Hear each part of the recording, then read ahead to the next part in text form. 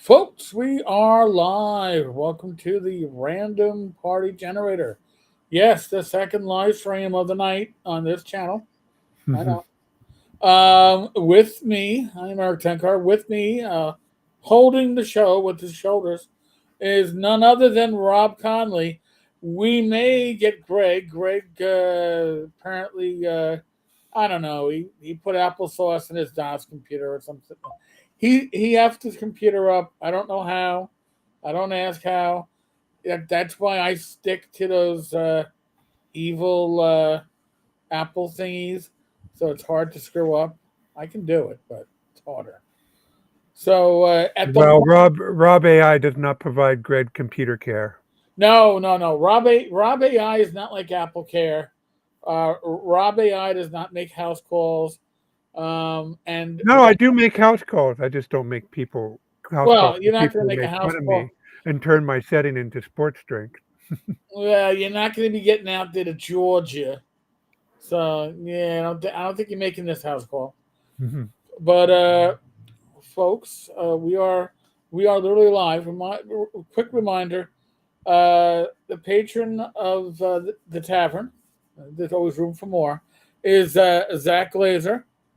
So Zach sponsors our live streams, and we now have this fancy QR code over there. Oh, If you're you, upgrading. oh yeah, no, I was like, hey, they added something. What's this? And I was like, oh, I can add it, and it works. If you want to become a member, that's how you join. Well, Other I have a pitch to add to yours. My Kickstarter is still open for late pledges, folks. But so if you missed it, I gave Eric the link, and you guys can just head over there and pledge late. I'm over 38. I'm at 38,000. So It is funded, and by the way, Rob is one of those guaranteed delivers. So you don't need Rob AI to know that this will uh, deliver to you, be completed, and of course, be damn good. David, thank you for joining the second live stream of the night. I would appreciate it. We're gonna have Bad Mike come in after he finishes his sandwich. So okay. all right. So Mike, I'll drop you a link into your into the what you call it, the Facebook thingy majiggy. There he is. So after he finishes it now, when I finish this live stream, I will be I will be partaking of food. I had a late lunch, so I'll have a later dinner, I guess. But Yeah, as far as progress on the Kickstarter goes, I just got done with the rough layout that I'm going to use. Now I have to go through and I have to order art, but in order to do order art, you need to know the layout. So it's like a chicken and egg thing because it's currently being edited. So I hope it's looking good so far as the edits, but I had to do a rough layout to get it, and then put gray boxes where I want all my art, and now I got to go through tomorrow and make a list and what I want. you see, this is why I really don't self publish because it requires way too much knowledge and skill. I'm I know my limitations. I mean, I listen. I did my own layout on the Swords and Wizardry Continual Light. I'm proud of what I accomplished, but I probably will never do it again. As listen, What I've did you been do? Did you do two columns or you just did digest single column? this was a full sized 8.5 by 11. So I believe it was two columns. I have to go back Oh, and look at it. okay. Yeah, yeah. So and You really did jump out of the frying pan into the fire. yeah, and the nobody said anything bad about my layout, but the nicest thing that was said was the layout is serviceable. Yeah, John D. I'm open for late pledges, so if you missed it, you can get on and pledge at the PDF or the print on demand levels. So it's still open in that sense, but it's funded. So you know what's going to happen. Yep. Your funding isn't what's needed to bring it over the top. It's already there, but jump in. I'm assuming that the Kickstarter will wind up being a little bit cheaper than the actual final pricing on drive-through, but Yeah. and in any case, you don't. I got an email from Kevin Crawford for the print on demand on his latest Kickstarter. He said, these codes are valid until they aren't valid, and he goes, he explained Well, his PDF codes are valid. His print code is his valid print until codes they. are, yeah, his print codes are valid unless prices for the print goes up. Yep. Mm, I need Uh, to ask Drive2 about that. I think what happens is you just get charged more. The user gets charged more. okay, I don't know.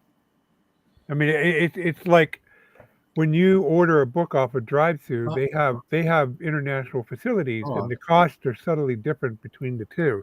So you eat the profit as a publisher on the difference of the print cost. Uh, Or I think you have the option of always have your profit to be a percentage. So you can say set mine to 25%, and whatever the cost is, you add 25% to it. okay. Well, Michael, thank you for joining us. Hey, Mike. hey guys, I'm sorry. I should have clicked it. I shouldn't have clicked it. I'm doing my No, no, scan. no. I just wanted to acknowledge your presence. You're allowed to eat. I did that a couple of weeks ago, where I was just like the timing was like I just got to eat. I just got to. I just woke up from a nap. I mean, this is like old person world. I worked out. I read a book. I got tired. I took a nap.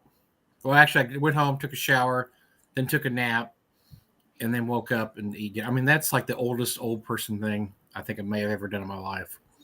Worked out, read a book, went to But no, sleep. but you worked out, and that isn't necessarily old. Dude, I've got to get, man, this is finally the week where I said enough. And so I went to the gym. I have one of those gym memberships. They're like $10 a month that I've been paying on for like 10 years, but I haven't gone in 2 years. Oh, yeah, you're the person that they love. Yes, I yeah, they love me. And so I said, enough of this. And so July 4th, I said, okay, July 5th, starting July 5th, we're gonna start, because in Texas in summer you can't do anything outside, right? I mean, it's just No.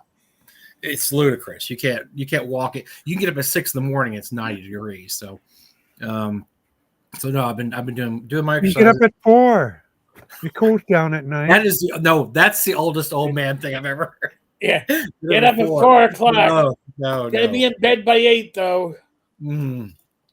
So I feel really good, man. I've been working out. It's feel really good. I need to get some workouts going here. So that's good. But the nap stuff I don't like.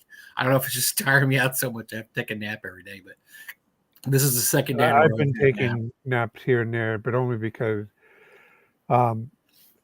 there's been good changes for the most part at work, and it just my workload has I'm now somehow become not the tech wizard, but a manager as well. So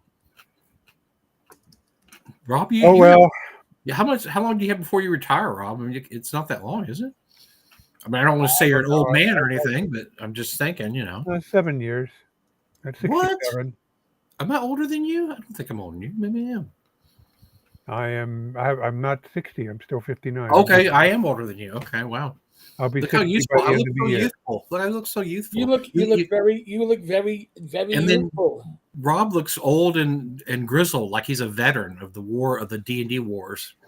I was there. I hit 40 and I turned into this. So I lost my hair by the time I was 25. Kellyanne, shortly after we were married, said, "Rob, just shave it all off. Be like Picard." So I did. I always said if I start going bald, and I didn't have to be convincing, because when I played football in high school, and one of our defensive coordinator was my Coach Stahl, and he's a really little fire plug of a guy, really excitable, but he did one of those comb overs, and he's sitting there shouting, and it's going bloop, bloop, bloop, bloop, and I'm thinking, I know I'm going bald. It's just a family thing, and I swear to God, I'm never going to do that. I'm just going to cut I the said the same goddamn thing, thing. Rob. I haven't had the problem yet. It's still up there, but my dad did the same thing. He had the comb over, and it was not pretty, not pretty at all. I don't understand it. Just do the bald look. Are we gonna? Patrick Stewart rocked it. No Hell wait. yes. Yeah, no, he The did it. Rock, yeah, that's true. Yeah, and when I think of the Rock or Patrick Stewart, I think of Rob Conley. So I mean, we're there. Oh, there you Absolutely. go, man. That's always the thought. And I get to wear my tam to keep my head. Then I discovered my tam from doing live action, and that solved all the problems in the winter keeping my head warm. Nice. So are we gonna hopefully are we gonna talk about Diamond this tonight? Because Oh, we got it. man, oh man. It, After our it. show Wednesday, I've started doing deep dives, and I've been seeing what's going on. This is crazy. This is blown What has up. changed since you know, I didn't realize this about consignment, but I looked it up, and I'm not a lawyer, but now I know to ask certain questions if I ever do this, ever get in bed That's what with I was the going to say distributor. because I saw a post with we know a bunch of lawyers, obviously gaming lawyers, and three of them I saw a post about this, and so I know more than I ever thought I would know about all this stuff going on through Kamer and Greenberg and Beard. Yeah, Uh, apparently under the UCC, you have to take certain steps if you want to protect your a large mhm. a consignment inventory that's of large value. You have to file this UCC-1 form, and you have to look at their public record in their state, find out all their public lien holders of record, and Right. send them a letter. And if you do that, and they go bankrupt or something, you are a part of the first in line people. And so I don't know. I mean, I want you guys' opinion on this too. This looks to me like this is a issue of. So if you have a company, and I'm going to talk, I mean, and Rob has this. Okay, Rob's got a small company, right? Obviously, this is not a Paizo or a Green Rhino what Rob has, but it's still a company. Do you have a legal advisor or somebody you talked with legal advice? Because it sounds to me like these people what they needed was a good lawyer. A lawyer that said, Yeah. by the way, do you have the DCC or the UCC? No, I don't have that. What is that? Oh, yeah. You got to have that, man. You got to have that. This is going to protect you if there's ever a. Well, and here's the thing, though. You can have an agreement with the distributor that isn't the UCC that spells out this property is the publisher's until it is sold. Right. You don't have to do the UCC if both sides agree. Well, But no. That's not true, Eric. Because in bankruptcy, they look to the public record for the lien holders first. It's Mhm. all I no, I didn't get to go to an attorney. So if you went to an attorney, Well, I I will heard from stand an attorney that you can have a separate agreement saying that this property doesn't turn over until it's sold. See, the problem is the way it's being treated in the bankruptcy court is possession is 9/10 of the law.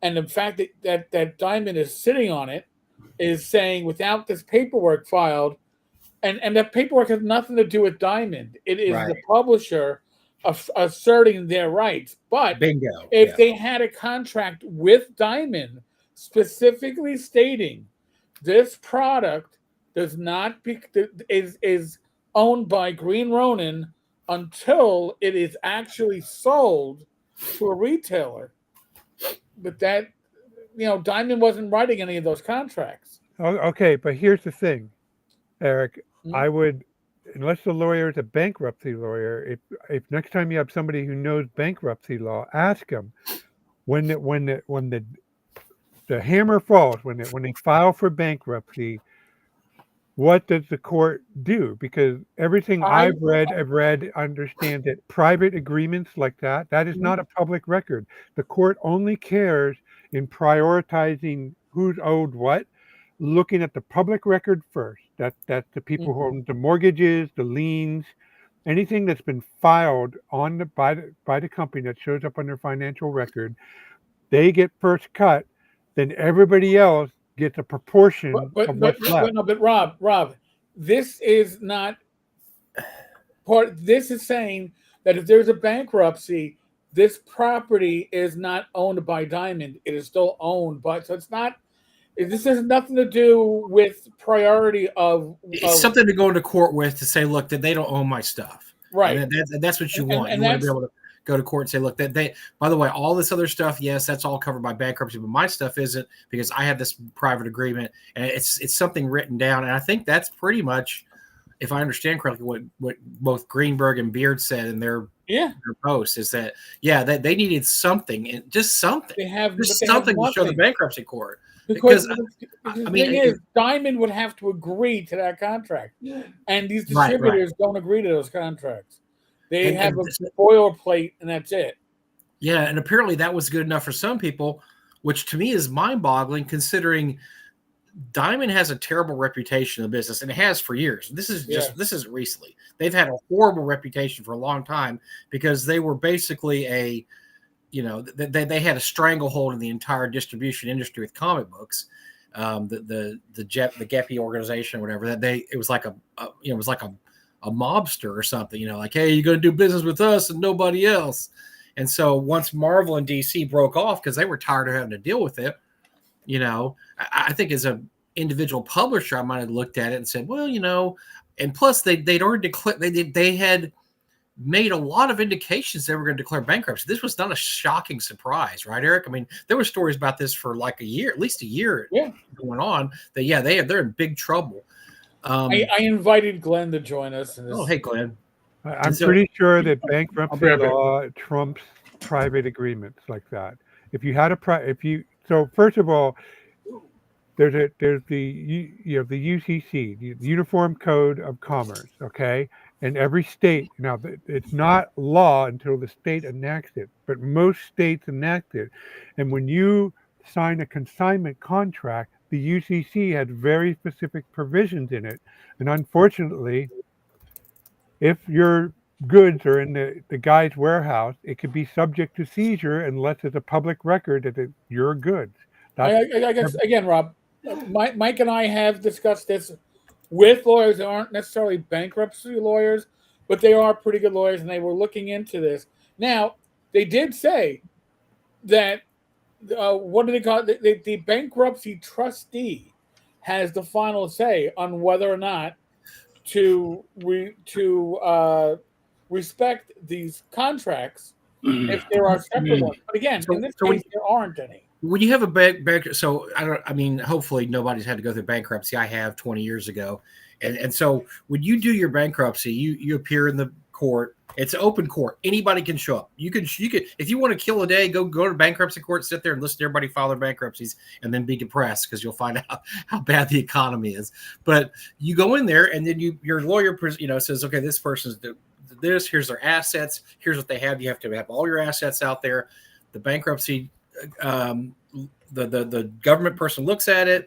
They will maybe ask you a few questions, and they usually rubber stamp it unless it's something ridiculous. They'll rubber stamp. Especially, I only owed credit card companies, so it's like rubber stamp. And my attorney had told me beforehand, oh, this guy hates credit card companies, hates them because they're so predatory. So if all you do is, and that's all I owe was credit card companies, nobody else. So he said, rubber stamp, you're done. But here's the thing: anybody that you owe, that you put as somebody you owe money to, can appear in the open court or file a document with the open court saying this is why we should get money back. And so a bankruptcy before me, a baker or bakery had declared bankruptcy. Well, somebody had filed, and it was a local distributor, had filed and said, look, they owe us, I don't know, $4,000 something. We want that money back as a creditor. And the guy granted that. He said, okay, sure. He said, and he looked at it all, and he didn't really like the story the bakery was peddling because it was a little fishy. I mean, it was obviously they had gone bankrupt, but he was asking questions like, well, what's this expense here, and why are you doing this, and how come you hired on all these new people and this and that? And they're kind of like, oh, well, whatever. And he said, you know what? I'm going to rule that you have to pay these people back. They're the only creditor on their list that you pay back because they're the only ones that filed. No creditor filed mine at all. And apparently, what my lawyer said, he would have laughed at it anyway because he hated credit card companies. So, so they And apparently credit card companies don't. It's a write-off for them. It's a write-off for doing business. They have so many millions of dollars rolling in from stuff. They just don't care. They're not going to send a representative to your credit. But so what we're saying is if they did a bankruptcy hearing, which they'll have to do at some point, I'm wondering if you show up there and you say, look, I have this private agreement with Diamond, and here's the private agreement. And this agreement is signed by both parties, and it says that I wonder if they would put you on listed. Okay, sure, you have something. Nobody else has anything written. All these other people that they owe money to does not have a written agreement. You do. We're going to put you near the top of the list because from what I'm seeing, Eric, and this is true, tell me it's true, Chase wants their money back. Oh yeah. And they're like, yeah, and is this true? That I heard they did a personal agreement with Chase that they would pay them their money back. Like Chase has one of these things that says that's what I that's what I've look it heard up. is You that can they look owe up in Chase this money. whatever state that Diamond is incorporated in. If Chase dotted their I's and crossed their T's and filed it before the bankruptcy, then yeah, they can literally Because they owe Chase a lot of money. We're talking the millions. They owe him lots of money. And so I have heard, and I know where I read this. I thought I read it in one of your columns, Eric. Maybe not. Maybe I read it in the M World that Chase is basically the top of the list creditor because they had actually signed an agreement that was guaranteed by a personally written thing saying yes, we will pay back Chase no matter what. And that's why they're so desperate to basically take all this inventory and resell it on the market because they got to pay back Chase. Otherwise, there will be bad repercussion type things.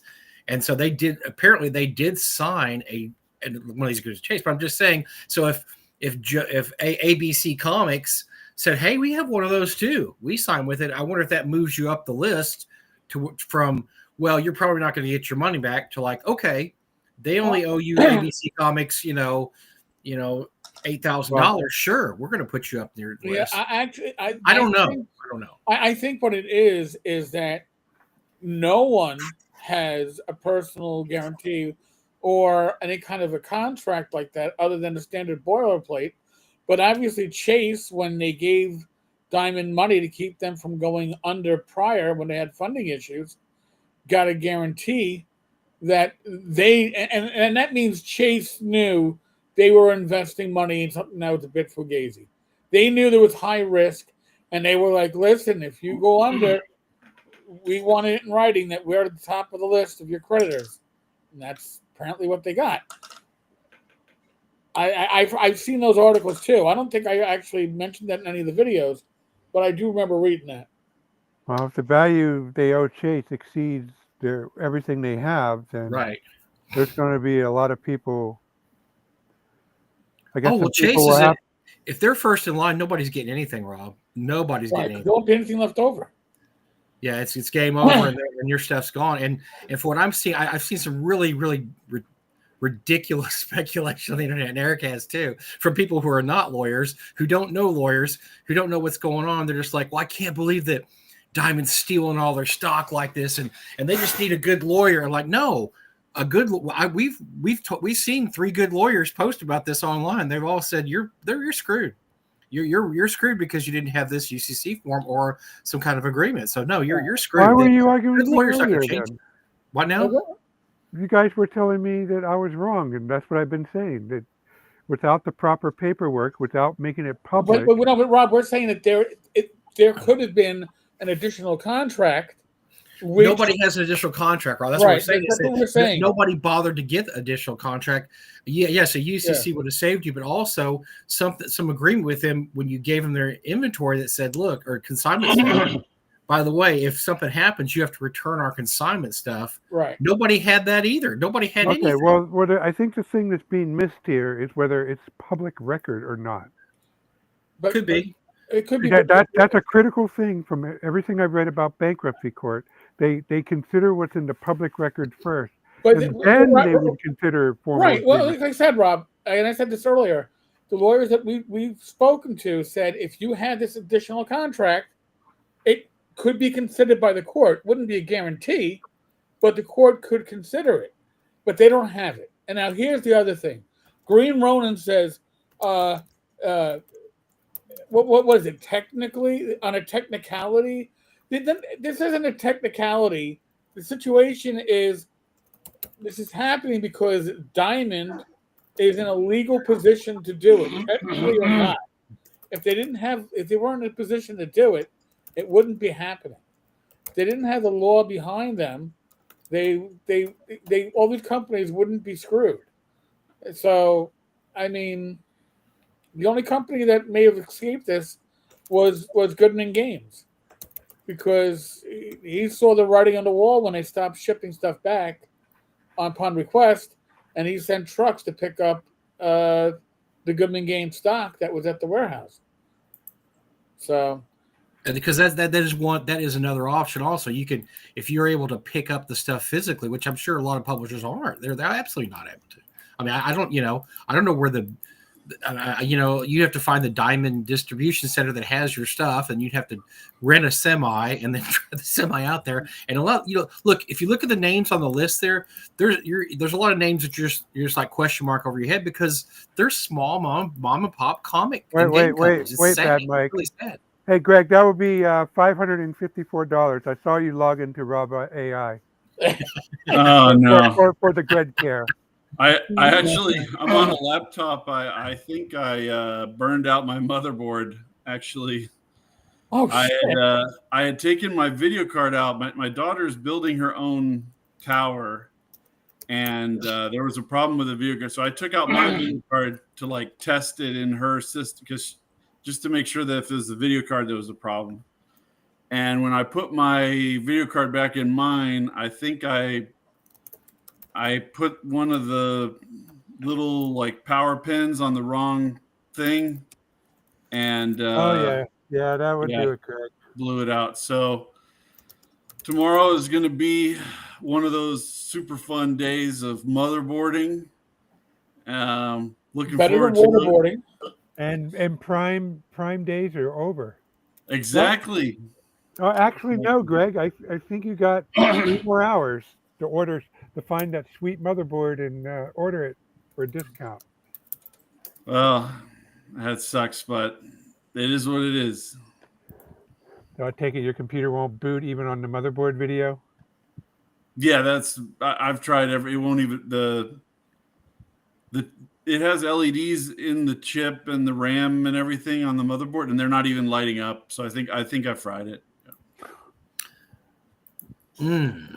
This is nightmare territory for me. I don't like to talk about this. So now, luckily, I had detached all of the Chubby Funster's work in this little external drive before I did any of that work.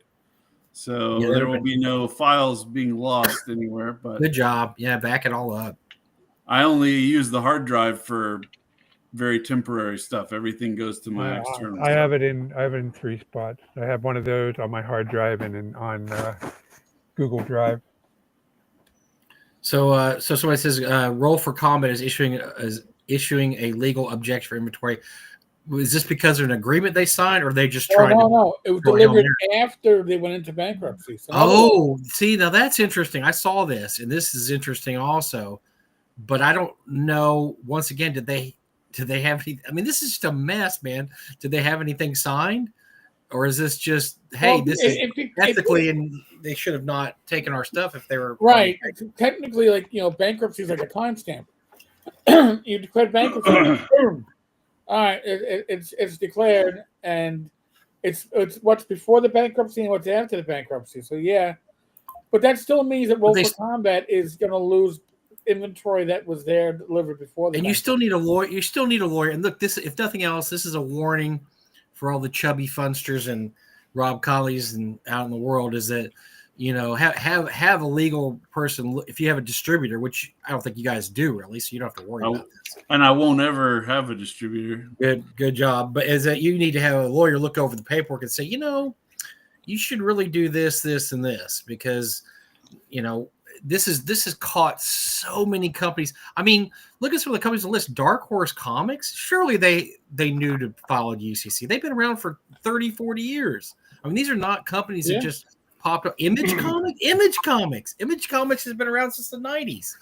they didn't have a UCC file. I mean, or maybe they do and we don't know about it Well, yet. I mean, what I've heard is that if you were going to file, it's UCC is per title, per issue for the comic books, especially. right. So they would need like a full-time employee who was devoted to this, and this is a time when nickel and diming is costing big bucks. Wow. It's man, this is going to blow up. This will, I mean, just my personal observation. This is going to drive some companies out of business because it will drive companies out of business. And John Miller asked this earlier. He asked, why can't people do direct sales? Well, the problem is that yes, internet is here. Internet's been very kind to people like me and Greg and others. However, if for game stores, they can't deal with 1,000 or they can't order from 1,000 people.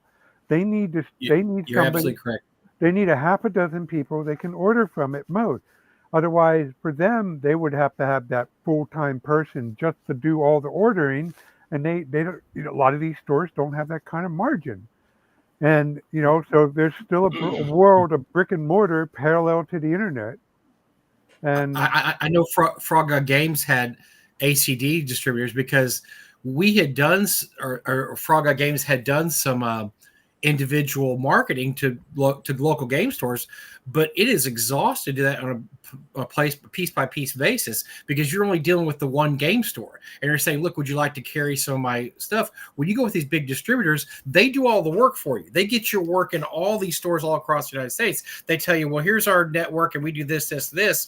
And that way you get in the big, the book that came out every month that Diamond had, and you can flip through the book and see what's available. If you do it yourself, I mean, you can.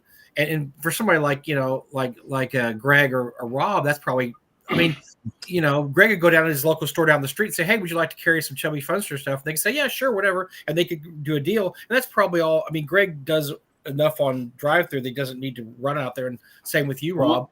But if you want to business is very I have done that, Mike. Around here in Northwest Pennsylvania, I have various times over the past 15 years, I have placed my books, successfully sold and placed my books. Except that, actually what I've been doing lately, I can't sell it to them and make a profit. The shipping, that whole recent rise 3 years ago of shipping costs, I just give it to them. Literally, I just give it to them. I order like $100 worth of books, which is a sizable amount. I say, this is my local donation to the Go Gaming Seed. Here's the list prices. Go sell it. Have fun. You're getting your product's name out there. You get people to say they pick this up. Yeah, what if this guy has anything else? Make sure there's business cards in there, please. Well, Mike, I mean, I don't know what you guys talked about before, but my perspective on all of this is that it's kind of like fiction authors that have moved to print on demand and distribution. That my goal is not to get the widest distribution possible, but to get the largest value per sale that I can. So if you're, Michael Crichton and you're getting 3 cents a book, you can sell like 1 billion books and make a lot of money. But if you're getting $20 a book, you don't need to sell that same percentage of books. So my goal is getting everything down to the narrowest margin possible. I'm about to launch a Kickstarter on Tuesday, and everything is going through DriveThru RPG. There's everything in the book is paid for already by me, so I don't need any. It's written. There's no development time. It's done. Okay. So everything that comes in from the Kickstarter minus Kickstarter's 10%. Is mine. Whereas when I look at other people, they might make, a little bit more. Single out anybody, but somebody might bring in, $500K on a Kickstarter, but they're paying out of that $500K let's say 400, 450, right? So they're only clearing a smaller percent. It's my goal is to make it so that I'm clearing the largest possible percent, whatever it is. And eventually I will move to offset printing, but my philosophy will remain the same. Like it will be, trying to make it so that it's the biggest possible margin rather than trying to go wide, go deep with the market that exists for me. So, that's my perspective.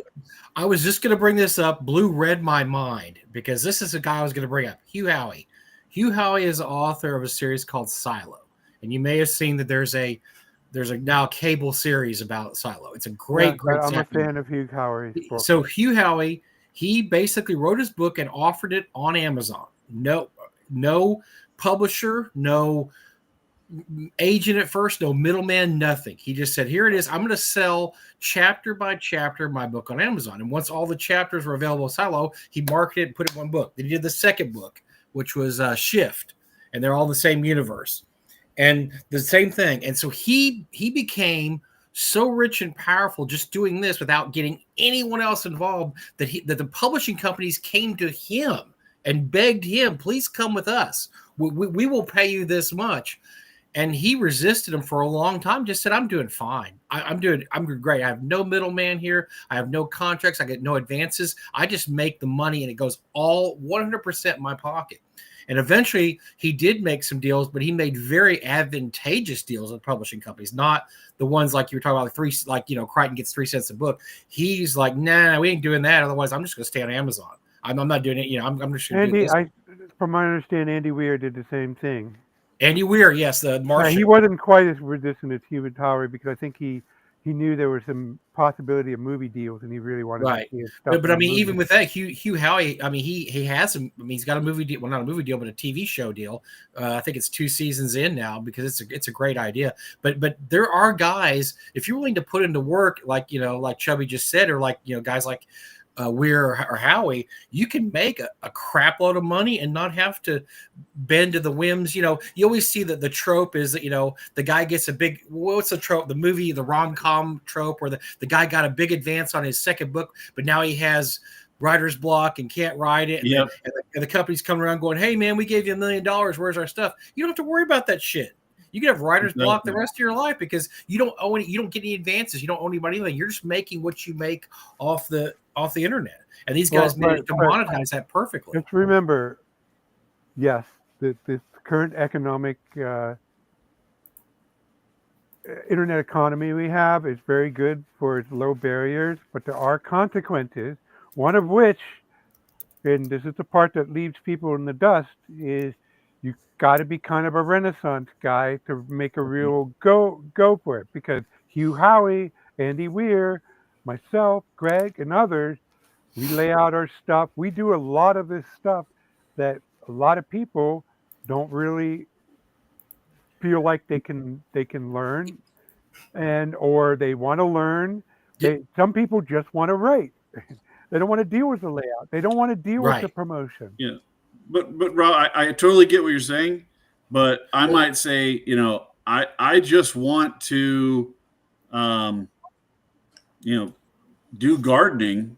That doesn't mean I'm going to make money doing gardening. Like what you want to do and what you need to do in order to make it work are 2 different things. And I don't want to figure out how to make videos and stuff for marketing promotion and all kinds of stuff like that. But I have to learn how to do those. That's just part of the deal. Well, I'm not pointing out as a criticism. I'm just pointing out as a consequence. Yeah. And that's, people listening on to it are thinking how I can get into it. It's also important that they're aware that they're going to have to develop other skills other than their primary skill, whether it's writing adventures or doing art. If you're going to have to learn how to do these things at a competent level, maybe not excel at them, but certainly at a competent level. Learn how to promote yourself. Learn how to deal with these nuts and bolts logistics that in former times that a company would have dealt with. Rob, if you're making enough money, and this is the Hugh Howey story. Like I said, if you ever really interviewed him, it's fascinating. He eventually hired people to do this, but he hired them. He said, "I need somebody to do the promotion." Hired a girl to do that. That's what you're doing now. He was making enough money to pay her out of his pocket, and he did it. But It was a business. then there's a consequence to that. Then now you're a big. boss, and you have to manage. So you're going to have to be competent, not maybe excel at management, but you're going to have to learn how to be a competent manager. So I think it's a question of scale too. I mean, how, like I said, he eventually did he hires his own. And this is always I always thought it was funny when R.A. Salvador was writing books for TSR. He hated the artwork. He detested the cover artwork of all the stuff that was done for all his books. Hugh Howey hires his own artist. He says, "Here's what I want for the cover. I want this, this, and this." And there's no must, fuss, or whatever. They do the covers he wants. And so, because R.A. Salvatore used to have this complaint, which is true. If you look at the old covers of the Driss novels, Driss looks like he's 500 years old. I don't know why. Because Fred Fields didn't understand the character. I think somebody just told him, "Hey, Driss has white hair," and he thought, "Oh, it's an old man." And so if you look at some of the covers, they're awful. Driss looks like he's 100-year-old old man because that's what Fred Fields understood the character to be, because somebody told him it's an elf with white hair. Oh, he's old. No, he's a drow. He's not old. Yeah. And so he detested those. He was so happy because eventually he made enough money and got popular enough. He was able to say, "I don't want these covers. I want this guy to do my cover. I don't want Fred Fields to ever touch one of my books again. I want this, and this," because he even outside of the book world, like Minecraft is the biggest example, but there's a game called RimWorld that's basically developed almost essentially by one guy through the whole time, and it has like a 2D pixel art level, so he could just make all the pixel art that he needed. He didn't have to do 3D Unity, he just made it the way he wanted. And what I really find admirable about RimWorld is it's one of the only games that's like never on sale. Like if you see RimWorld on sale, get it, because you will never get a better price. Mm-hmm. It'll go through the Steam summer sale. It's not marked down. It'll go through Steam Christmas sale. It's not marked down. He doesn't have to. He can charge it because people will pay that amount in order to get it. It's that good of a game. And the only kind of person I feel like that in the RPG hobby is Greg Gillespie. I don't know how well it works on a business sense, but he's the only person I know that charges a price structure that other creators are like, I don't even know how he feels comfortable doing that. $50 for a PDF of stuff, I think is what the Zestuero Deep's price, I think, right? But if people will pay it, then that goes to back to my original point. I think people need to, that what I set my prices for this Kickstarter is about as high as I was comfortable with, even the scope of the project, because at some point, it's tricky to find that sweet spot between profitability and sales. Because if you go too high, then you're definitely dropping sales. Well, I agree, Rob. If you look at my price structure, it's priced that way. I've had you guys tell me I should raise my prices, but it moves units. I believe that the stuff that I'm doing is priced right. When I come out with stuff, I adjust the price and I watch what happens. And if it wasn't as good as the last thing, I tamp it down a little bit. Adjust, but that's how capitalism is supposed to work, right? It's what you're comfortable with, right? I mean, you figure there's a big for those that know the Walmart story.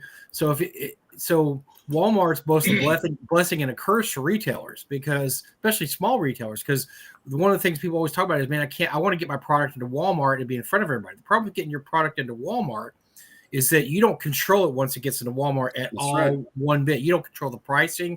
You don't control the marketing. You don't control anything. And as a matter of fact, a lot of people lose money. They lose money by having their product in Walmart, but Walmart counters that by saying, but everybody knows what your product is now. You're getting name recognition. Maybe you're not making money. And that's why a lot of times these smaller brands get all excited about being in Walmart. Man, we're going to be on the shelf of Walmart next to Nestle's iced tea and this, and they get in there and they're not, and they're like, oh, by the way, you owe us money. Like, how? Well, because you didn't sell as much, blah blah. But look, your stuff is in front of millions of eyes now. Everybody knows that Joe Blow's iced tea is now.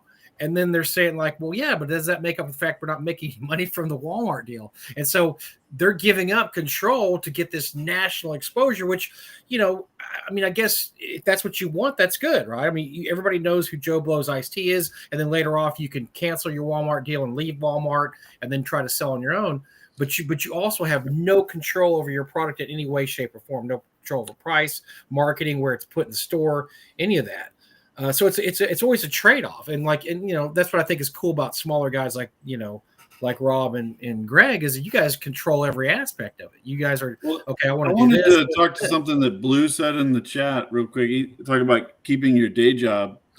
I think that there are people right now who have in our hobby who are moving very close to being able to work on their schedule the way they want to, not for a boss, as an independent person, and bring in enough money that it is a decent day job, a decent revenue amount. This year, Chubby Funster has already brought in enough that if I was happy with a lower standard of living, I could quit everything, just do Chubby Funster. I wouldn't be upper middle class anymore like I am right now. My wife is a very successful business person. My day job is very good. I live very well. I remember when I posted a picture of my house to the text chat with Eric and Tim came back with, I didn't know you lived in a mansion.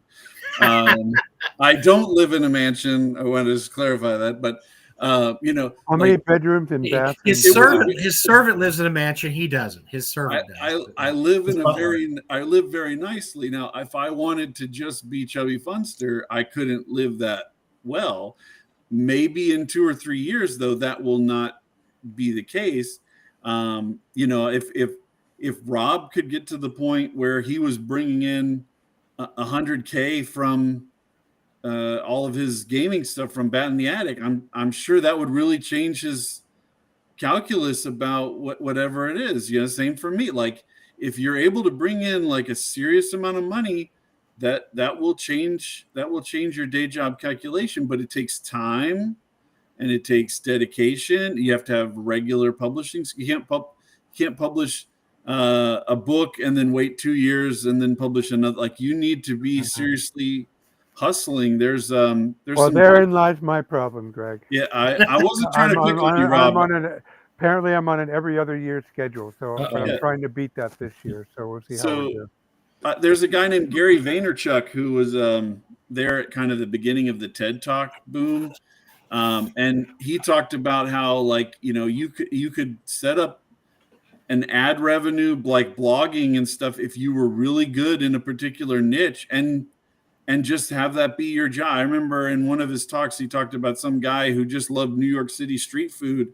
So all he did was go around and review New York City street food all day. And he made enough money on his blog to pay for his life. You know, that was 10 years ago. Right. So we're way past that in time in terms of things being possible. I think there's a lot of potential. There's a lot of money that you don't have to be Wizards of the Coast.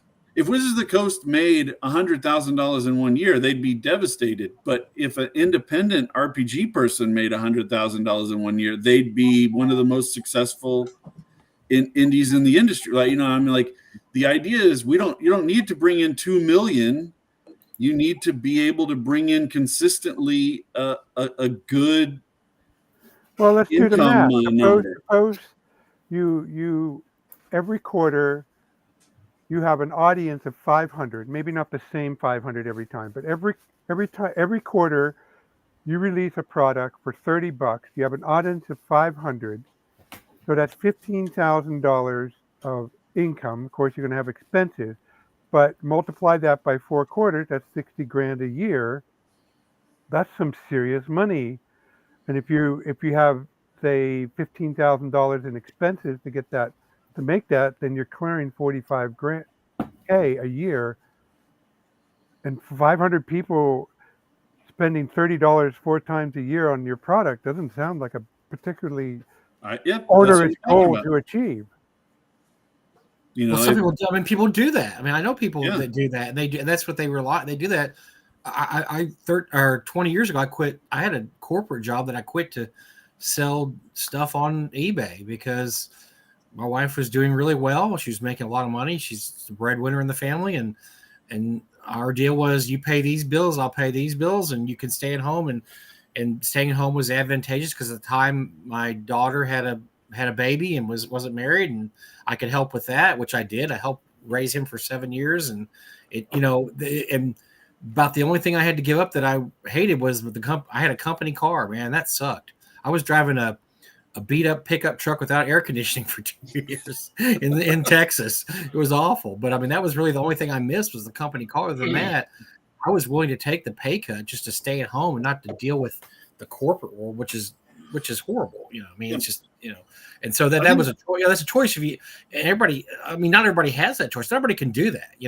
I mean, like apparently Greg and I are lucky enough that our spouses are, financially secure enough we can do things like that. And I had insurance through my wife too, which obviously was a big thing that I had to do. I mean, if I didn't have that, I probably would have had to stay because I couldn't have paid for insurance on my own because I've got diabetes and there's no way. So that worked. It just worked out in our situation. That okay, your salary's gonna be cut in half, but here's the advantages: you're gonna stay at home, less stress. At the time, we also bought a new house that year too. So we had a house. When you buy a new house, you have all these things you got to do in the house. So I was at home and able to do all that. So it was just, everybody has to look at the trade-offs available. And some people, all they think about is they want to be who's Stephanie Meyer in Twilight. They think, oh, I'm that's what I want to do. I want to do Stephanie Meyer in Twilight. I want to make millions of dollars. I want everybody to talk about my book. I want it to be on movies and this and that. And there's other people that are just like, I don't need that, man. I don't need that. I just need this, and they do what they're comfortable with, which I think is great. I think the working from home kind of revolution has shown that a lot of people are willing to take a reduction in pay to have a lower stress, pace of life that they like. And I think, moving towards that as a goal to where, like I pretty sure I say, like, working at your own speed on your own time without a boss, that's what people really want. And I think that's really possible. The thing is, you have to keep pushing it on. Like me and Rob, I'm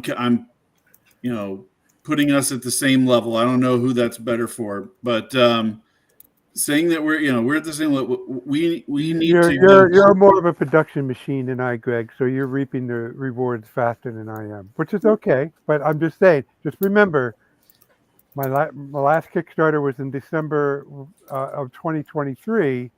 It's now, the middle of 2025.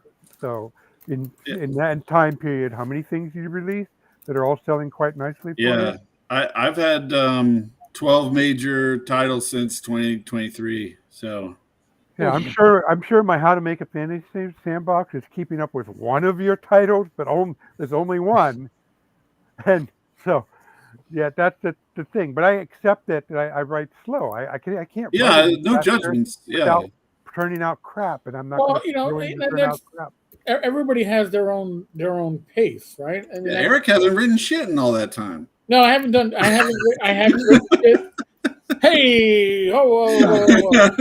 But I still get up at least a video a day. All right, but I was going to give you credit for that. Yes. All right. So now, like in this group of ours, I mean, we have one. Hold on, I'm gonna try to get the angle right. We have one real artist, and that's Glenn, right on the screen right now. And Glenn's been doing more artwork recently, and you got to do I am obviously not publishing anything at the moment, but if you are in the industry or trying to get into the industry, you've got to actually do it. If you're going to do YouTube videos, you actually have to do the videos and not just talk about them. Yeah. You know, Mike, right? Eric, I do have a question for you. Today I downloaded. Well, I already had it. I had an image of a woman in a sari, an Indian ethnicity woman in a traditional sari. I was using it in a setting I'm working on that's an Islamic based setting, and I wanted a picture of somebody in a sari. Right. And it had the texture of her skin was, that where it's like gray and they have like little dots. It's called stippling. From old illustrations, it's right? called stippling.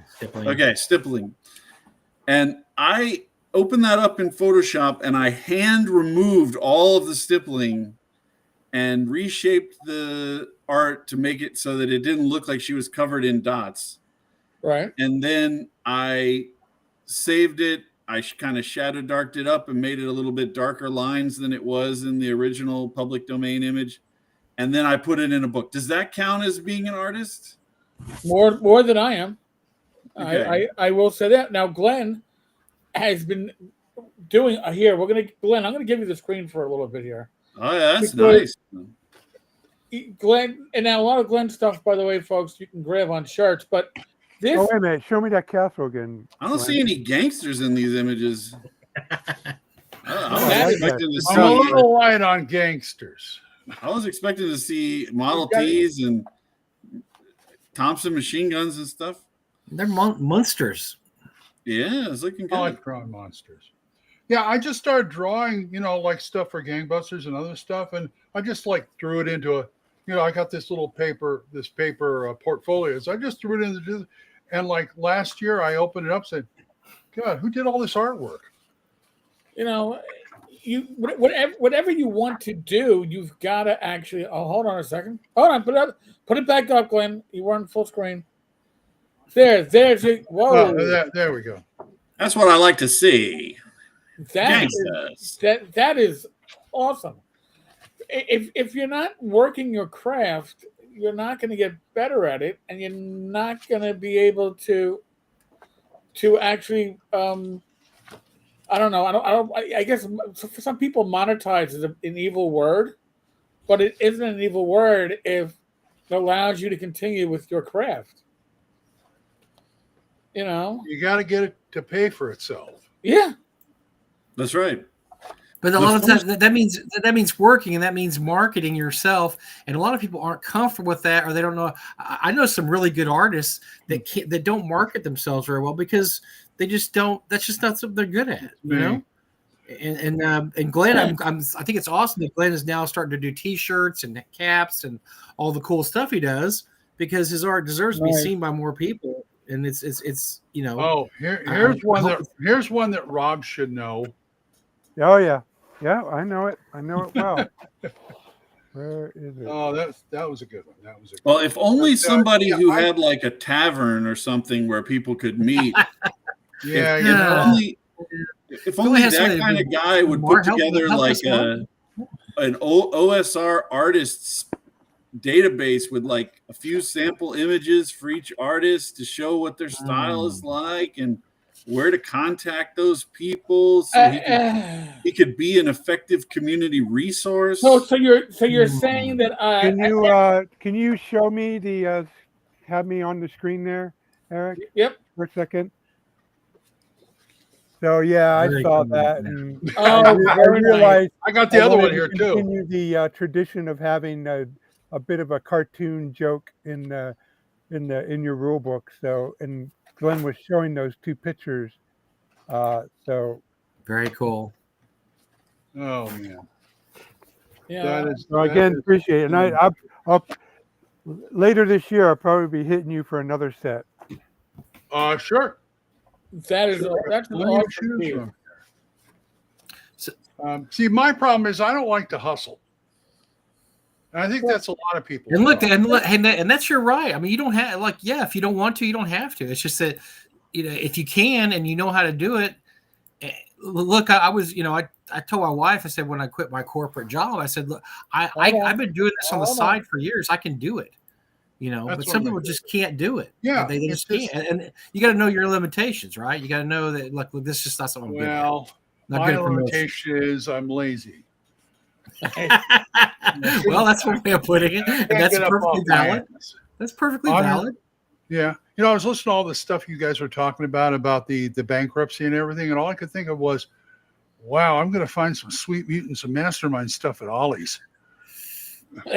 So speaking of that, to get us kind of roll us back to that for a second, there's something else I wanted to talk about. So we talked about this a little bit on the Wednesday night show about how the companies are double screwed. These companies, like for instance, like Green Ronin, because not only are they out, like Green Ronin says they're out what $300,000 worth of material. Yeah, something ridiculous. They've got to compete against their own material being sold for a discount on the marketplace. They're double screwed because now who's going to want to buy a Mutant and Masterminds book for $60 when Ollie has it for $20 or Five Below or one of these other stores? That is so. Speaking of this, Green Ronin announced a GoFundMe yesterday. I saw with the goal of how much, Eric? It started out at 9,000. It started out at 8,000. Now it's up to 30,000. It's like 28,000 or 28,000. Something ridiculous. Because to supposedly pay for a lawyer, which look, I don't know, but I just know that every lawyer I've heard talk about it said, yeah, they're screwed. There's no way out of it. So I don't know if this money's going straight in their pocket, if it's actually money for a lawyer. I mean, who knows what it is? Well, this industry doesn't have a history of companies that were prepared for serious cash flow issues. No, just in general, not at all. And I think that goes to, I'm not trying to toot my own horn here. I'm just saying this is why I do the things that I do. Is I make sure that everything is done. I make sure that it's whatever the cost is of creating the thing that's going out is already paid for. There's no risk to me blowback wise. I'm not going to get stuck in a far west situation where I have to find a way to get something done over how many year period, Eric? It was like 10 years. Yeah. It kickstarted. It was a joke. It was a show joke because Eric and I would bring it up every year and laugh about it because it's so ridiculous. Oh yeah. I have a contingency plan if all my artists freak out and I don't get any art delivered by say the end of August. I've been patronizing certain. Is that how you say it? Patroning? Patroning. Yeah, I'm a patron of several artists, and I have enough landscape art from the Forge and other places that I could do it. It wouldn't be as artistically coherent as my current plan, but nonetheless, I will have a book done if in the worst case scenario. Mm-hmm. And I'm not criticizing Rob when I'm saying this, but I just think it's best practice from my position to have the thing and all the art done before the project is launched. I know that there's like this, Kickstarter is technically for like taking a risk like that. I just don't take that risk. I don't want to be in the position to take that risk. The problem is, Greg, is this project is. And my next one, the complete volumes of the 5 volumes of the Majestic Fantasy RPG, they're just a step too far in terms of capital costs for art.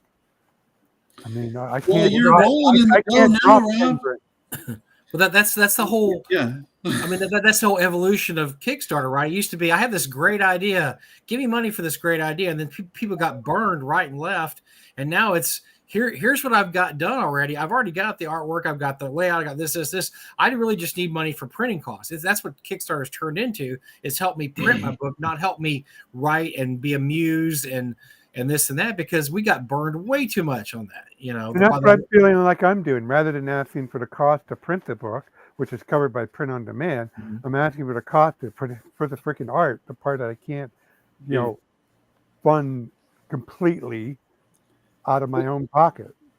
But like right now, I've got this project that's going to Kickstarter on Tuesday. Like I said, everything's in it, and working on the next project already, and I'm leaving this when I get to. I've like, for instance, I've written 6 classes, and I have art for 3 of the classes, but the other 3 I really don't have a good picture for it. That because I want it's an Islamic type setting.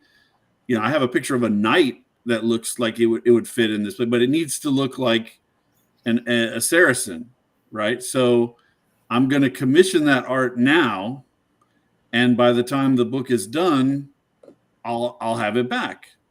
You know what I'm saying? So like, Rob, you've got the money now. I mean, I don't know how your finances is set up, but I was saying, like, you've got the revenue, I think, to start paying that forward, and then there won't be any risk in the future. I'm very risk averse, and I think these I'm just as companies risk averse as you are, Greg. It's just these companies are in the position, like Green Ronin. I'm not picking on them; they're just the name du jour, whatever, right? They're in a position where they've got this product forward on consignment, and they're vulnerable to it being seized, right? Whereas if it was being distributed in a way that wasn't that on consignment, it wasn't. It's like a just-in-time delivery or a similar type market innovation. You're counting on the marketing thing working, but when it doesn't work, you're screwed. Your company should not be going under if that happens. You know what I'm saying? You should be conservative enough to your investors, if you've got investors, or to yourself if you're the sole proprietor. You don't want this blowing back on you. Like, oh, if well, you hold on, Greg. You're not considering something in our neck of the woods. Okay, so we're fine, you and I, because we don't have any ongoing commitments to anybody beyond what we pay for, say, a website correct, or something. But if Drive-Through RPG, or I guess Roll20 now, Roll20 now goes belly up, now, right now, it would suck, but we would be okay. We would just be operating at a reduced scale till we figure out what our alternatives are. But if we got to the point where we were paying somebody on a regular basis to do X, Y, and Z, and Roll20 goes belly up and takes down Drive-Through RPG with it, we're going to have to let them go. So just consider that we have our. or you should have cash reserves to cover that for a transitional period or whatever. But yeah, I agree with what you're saying. If you're running a business, you should plan for those contingencies. Yeah. You know, if I was running a business, I wouldn't borrow a whole bunch of money and be in a position where if Drive-Through RPG goes under, I can't pay back that money, right? Like that's essentially where we're at in terms of consignments. Kind of like they're loaning the product forward in time. Don't do that. That's bad. That's bad business. Don't get to where you send out $300,000 worth of product, and if it disappears, your company is destroyed by the negative equity. You should have But some companies, but Greg, some companies may have felt like we talked about, that the reason you send a distributor so you don't have to do that yourself, obviously. And I found some old stories going back to 2017 where Green Ronin Diamond handled that. They signed contracts. They handled all their distribution. They signed an exclusive contract. I think Paizo did too, Eric. They signed an exclusive contract. No, yeah, Paizo did too. Yeah, Paizo with Diamond distributing, because they would handle everything. At that point, you don't have to worry about anything anymore. You're just sending the product every month, and they do the business. They do whatever, and you're done. And so I think a lot of people got lulled. They got lulled into a false because look, it worked for 8 years, right? Everything's been great for the last 8 years. And, why is it going to be different? Let's face it. The real problem here, well, losing their inventory hurts a lot. But again, the real problem is it's selling all the stock for pennies on the dollar, and now they're competing against themselves. That would make this whole scenario an Armageddon, as opposed to this is a really bad day if they just lost their inventory. Yeah, I agree. That sucks. Mm-hmm. I think going with these kind of business arrangements is inherently risky, and eventually you will be caught out for it. And also the whole distributor thing, from what I understand of these contracts, not just from reading up, just reading up in bits and pieces over the years, a lot of it seems like legacy. Back in the 1990s and the 80s, when these distributors came to the fore, the power imbalance between publisher and distributor, it was in the distributor ballpark. They held the power. They get to set the term. They couldn't be total jerk, but they could be like 80% jerk. and and this still echoes in the 2020. It is still echoing in 2020. And I think this whole moment is going to be a crucial defining moment for the whole industry going forward, for the comic book, for us. People aren't just going to look at distributors in the same way anymore. Well, they should. I mean, you shouldn't anyway. Look, it's like anything else. You give too much power to any one person or entity, and this is the kind of thing that kicks you in the nads, And so, look, Yeah. I'm never going to run this problem. I was being funny. I was showing him the thing I worked on last year. That's my thing that I did. And I had Tom Wilson do the layout because I can't do layout, and I hired an artist because I can't do art, obviously, and got stock art for the rest of it. But it was something that I could handle, and I did it. But I have no illusions I'm ever going to be even as big as Rob or as Greg here, because I just don't have that. Just don't have that in me. I don't have that where I want to do that much work. That like you said about being lazy. That's kind of like Glenn said. That's one of my problems. Not lazy, but just procrastination. But it all comes down to the fact that how much work do you want to do to push your own product versus here might be the cautionary terrible tale. I don't want to do any work at all. I want some company to handle it. Well, there's a cautionary tale here. Now there's a cautionary tale, right? For all these companies that want just to send their stuff to a big distributor and have them do all the work. The cautionary tale now is I don't have any inventory and I may go out of business because, especially the smaller comic book companies. I mean, most of those companies operate on a razor thin margin, but comic companies probably even more than game companies, where they're just paying for each month's shipment based on what they made last month and maybe make it a little more every month as, more and more people buy their comic. We're talking comics, nowadays comic print runs. They used to be back in the good old days of, when Marvel was huge, they have a million print runs, 500,000. If you were under, 40,000, you were out of business. Nowadays, you're happy to get 40,000. 40,000 print run for a comic is great. So some of these print runs for these comics, maybe, I don't know, 800, 1,000. I mean, especially the smaller guys. And so holding their stuff for consignment, they're done. They're flat out done. They have no back stock anymore and no money to print back stock. And so that's it. I mean, your company that's, was only had a print run of 800, and all your product is now with Diamond, you're probably done. So, you trade, it's trade-offs, right? I mean, it's all trade-offs. Correct me if I'm wrong here, but companies like Green Ronin, they're basically financing the creation of the product by freelancers, right? So they're paying, or maybe they're in-house, but I'm like by other individuals. So it's freelance. They're paying somebody to write it. They're paying somebody to edit it. They're paying somebody to lay it out. They're paying someone to do art direction, and they're paying for art, right? They're paying for all those things. But Green Ronin is not a person who is doing this. It is a corporate entity that's just financing the creation of this product, right? I'm not misunderstanding. Well. Here, right? Let's be very specific here. In the D20 area, say 2003, Green Ronin was an outfit basically like us, except they weren't individuals like us. They were a team, more like what Kelsey's doing with her team.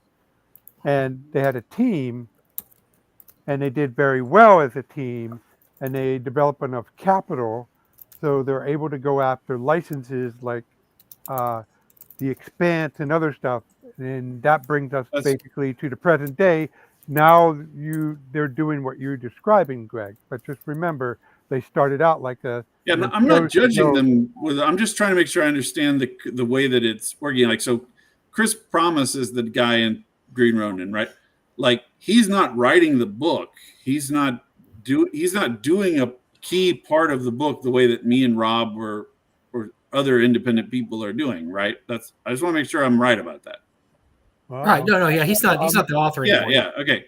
Yeah. So where I'm going with that is once you've moved past the point where it's your creative output that you're finding a way to go out into the world, you're becoming the financer of other people's creative output, and you should be, conservative in how it's gonna come out. If you've got $300,000 worth of books to ship, then you shouldn't be dependent on that coming back in order to make like payroll. It should be a plus. It should be on top of that. Like you're an investor. Like if you're an angel investor and you're investing in company, and we found this company that's selling donuts using some special new process, and we're going to invest in their business. Like if they fail, that shouldn't put you under as the investor. The investor should be really conservative in how their money is being allocated. You see what I'm saying? Like if you're the person who's financing there's one thing things, there's one thing we skipped over. There's one thing we skipped over you just brought that up, Greg, that I forgot about. Oh, go ahead and finish. I was just saying, like, go ahead and finish, Greg. Sorry.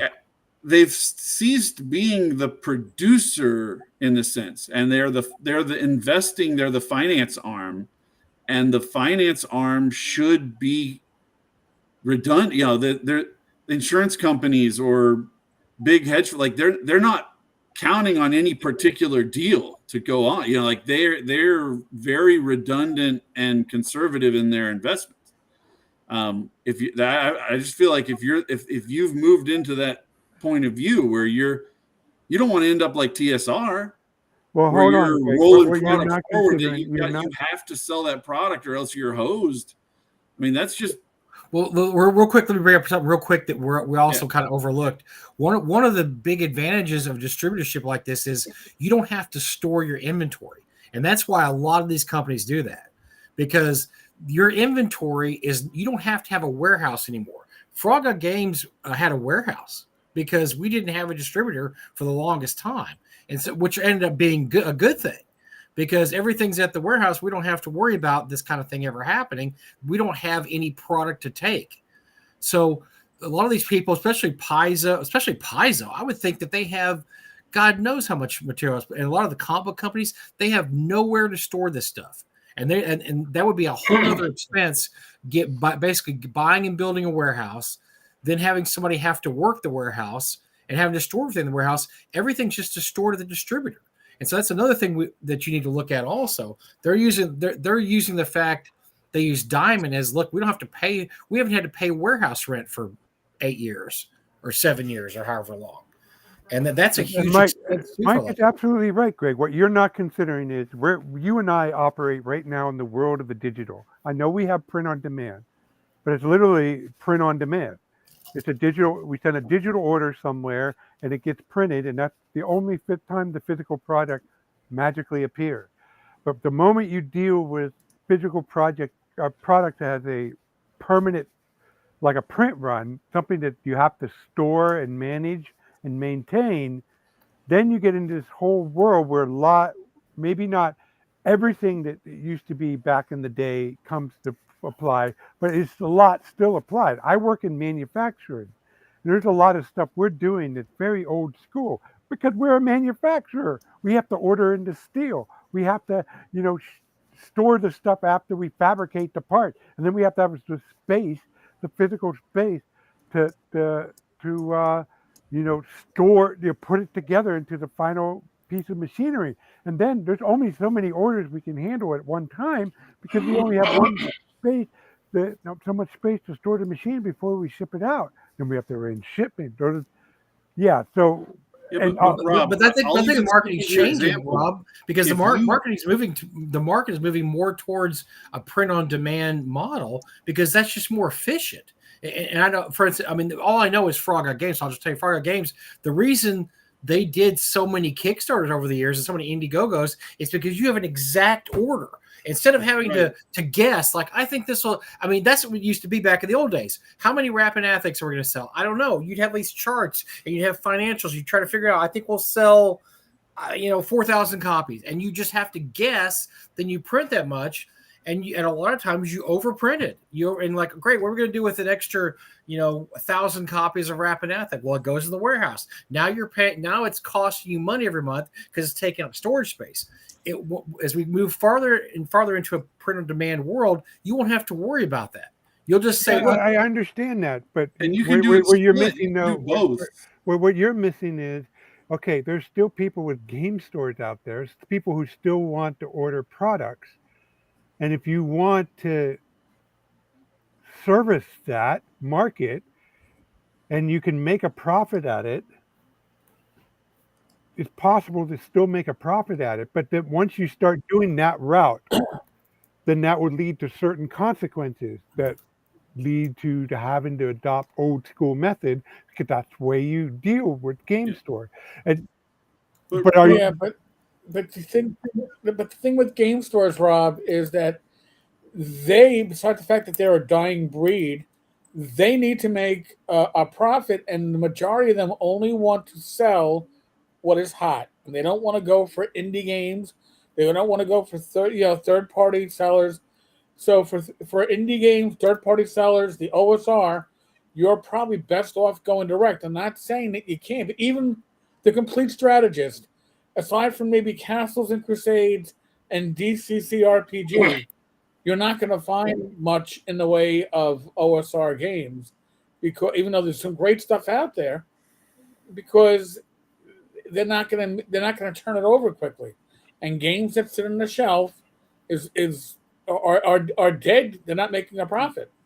So can I say here, Eric? If you can do face to face, that's great to sell it. That's sure, awesome. you go to the Purple Fox, which is in my hometown, and you look at their wall. Right, the bulk of their product is Warhammer, board games, and card games. And this is like a thing that you go to anything. These are all products that require physical products to play.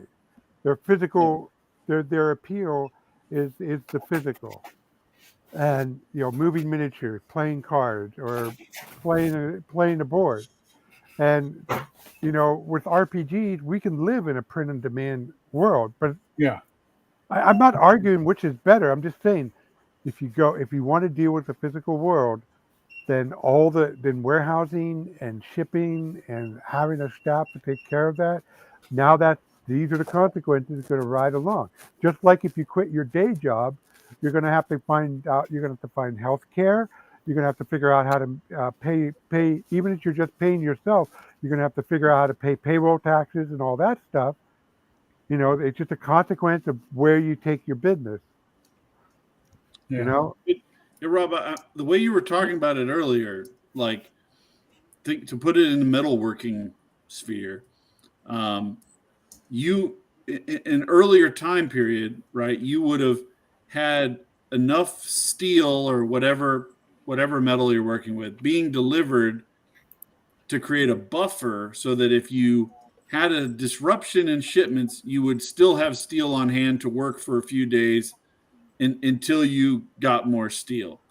Right. Now the delivery service can tell you, well, Rob, we can guarantee that we'll have the day you need the steel, that morning we will deliver the steel, and you can be like, oh wow, that's great. I don't have to store the steel on site anymore. I'm covered. No warehousing problem, right?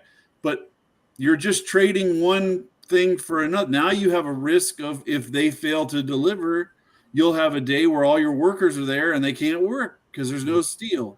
So and I've kept books, so I know about this, Greg. The steel that you have on inventory is kind of dead weight on your company's book. That's right. But by not having that there, you're taking a different kind of risk. My point is, by having the distribution in the way that they're doing it, they're taking a risk. They should have planned for that risk, right? And I know that sounds harsh, but both of my parents are actuaries, so fuck that. I'm not taking any risks, okay? I know all about risks, and all they're doing is they're trading a certainty for uncertainty, and then the opposite of insurance, and now they're screwed. Yes, I feel bad for people when they get screwed, but the message for long term is you need to organize your business so you don't get screwed. If you switch to I'm only going to have steel delivered on the day that I need it, and then it goes bad and you end up losing a bunch of money because you had to pay your workers, but there was no steel on hand, I feel bad for you. But from a business perspective, you shouldn't have been in that position. Well, And it's not as simple as that. Well, doesn't this go back to the old canard that maybe the guys who are the artistic side of it shouldn't be in the business side of it, and vice versa, because the artistic guys don't really know what the business side does. And I wish that was true. That's kind of the canard, right? Is that a lot of these guys shouldn't be running a business. They're great creators. I mean, this is awesome. But yeah, they're you get forced into it though. You know, if you don't have anything else, don't have anybody. There's a Peter principle. That's what Glenn's saying. That there's a Peter principle. They've been successful enough that they're now having to do tasks that they're not good at. Right. Alexander McCrease was talking when I talked to him. He was talking about how he's gotten to the point now where he's gotten successful enough that he's having to spend a ton of his time on admin tasks that he doesn't like. Yeah. Right. Like that's what happens. That you gotta. I'm not criticizing him. I'm saying, like, in general, like, you want to structure your day so that you're not dealing with that kind of shit. And if that means you don't become the next Paizo or Wizards of the Coast, that's fine. I don't want to be those people. I remember when they came out and they were offering opinions on something, and James Raggi said, why would you want to be in the position of having to enforce people's opinions? Like, this is ridiculous. Like just let people do whatever and walk the fuck away. Like, set up your life so you're not trying to go around and tell people what to do. This is the same thing. Like, structure your business, structure your life so that you're doing what you want to do and you're offloading the things that you don't want to do, or you're avoiding them completely and getting it around. Like, I feel sorry for the people individually, but if you don't want to be in the role-playing book finance department where you're not writing it, you're not drawing it, you're not doing anything, you're just financing this creation of this product, then you need to run it as a harsh, cold business. You're not an individual creator anymore. You are a financier. Look what happened to Image Comics. So Image Comics, a short history, a bunch of really, really successful artists that mostly worked at Marvel realized that all the big selling books were their stuff. McFarlane, Jim Lee, Dale McKeown, I can't remember, Rob Liefeld. And they said, look, we're the ones creating all the content here, and our books are making all the money. You know, why aren't we getting paid more? So they went and formed Image Comics. I think it was 7. I want to believe there were 7 of them. And they had this thing written up like, we're all going to share equally in the tasks. We're all going to share equally in the money. You know, so that way if somebody wants to put out a book that's more artistic but not as successful, somebody else's work will pay for it. Well, as we all know, good intentions. I can see the problems there already. Because, right. And so, for instance, Dale McKeown, early on, great artist, used to do Incredible Hulk. He had a drug problem, stopped working, didn't work for 2 years. He's still getting paychecks. And all the other image creators go, look, Dale's not doing anything. And we're sharing money. And so what ended up happening in the long run is Jim Lee had to take over the company and run it, and which he didn't want to do. He wanted to just do the artistic stuff. I just want to draw what I want to draw. I want to draw whatever Wildcats, whatever did. I want to do this and that. But instead, he ends up having to be president of the company and making rules and say, no, if you don't publish anything in 2 years, you're not getting an equal share. You know, and then Rob Liefeld, your stuff sucks. Your drawing's terrible. You're not. I mean, so he ended up having to make all these rules. And he said years later, he did exactly what he didn't want to do, which was have to run the company because nobody else wanted to run it. They're all like, I don't know. You know, Jim, you run it. I don't want to do it. He's like, well, fuck, I wanted to draw comics and have a good time. And so, eventually he had to make the rules. And so that's what happens is eventually you have to pay the piper. And eventually somebody's going to have to sit there and say, look, this sounds great, but we've got to sit down there and make a set of rules to go by. And no, I agree with what you're saying totally about, look, if you don't want any of the risk, then you should have more hands-on. Let's take Green Ronin. Green Ronin does a lot of like TV, movie. They do The Expanse. They did Game of Thrones, right? They The Ice basically of Fire. Yeah. Yep. They basically make their money off of doing products IP. that have a screen presence. IP. Thanks, Glenn. I couldn't remember the word. They do IP. That's one of their big things. IP.